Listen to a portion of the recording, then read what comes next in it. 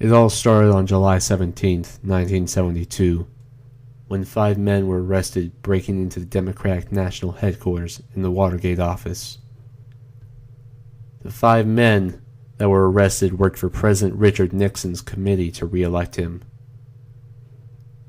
In May 1973, the U.S. Attorney General Elliot Richardson appointed Special Prosecutor Archibald Cox to investigate. However, in October, Nixon gave the orders to have him fired and replaced him with Leon Jaworski, a more conservative lawyer.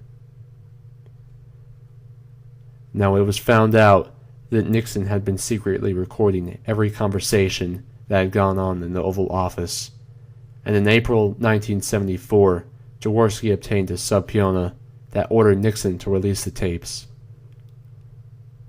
Now, Nixon tried using something called executive privilege, which means basically, I'm the president, I have the authority to hold on to these tapes. However, Chief Justice Burger delivered an anonymous decision. The court rejected Nixon's claim. The final court holding was, the Supreme Court does have the final voice in determining constitutional decisions. No person, not even the President of the United States, is completely above the law, and the President cannot use executive privilege as an excuse to withhold the evidence that is demonstrably relevant in a criminal trial. Nixon, seeing that he was out of options, resigned 15 days after the court's decision. Nobody wants to be remembered as the president who was impeached.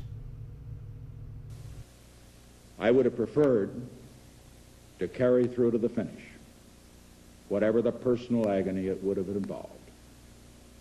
And my family unanimously urged me to do so. But the interests of the nation must always come before any personal considerations. From the discussions I have had with congressional and other leaders, I have concluded that because of the Watergate matter, I might not have the support of the Congress that I would consider necessary to back the very difficult decisions and carry out the duties of this office in the way the interests of the nation will require. I have never been a quitter. To leave office before my term is completed is abhorrent to every instinct in my body. But as president, I must put the interests of America first. America needs a full-time president and a full-time Congress, particularly at this time with problems we face at home and abroad. To continue to fight through the months ahead for my personal vindication would almost totally absorb the time and attention of both the President and the Congress in a period when our entire focus should be on the great issues of peace abroad and prosperity without inflation at home. Therefore, I shall resign the presidency effective at noon tomorrow.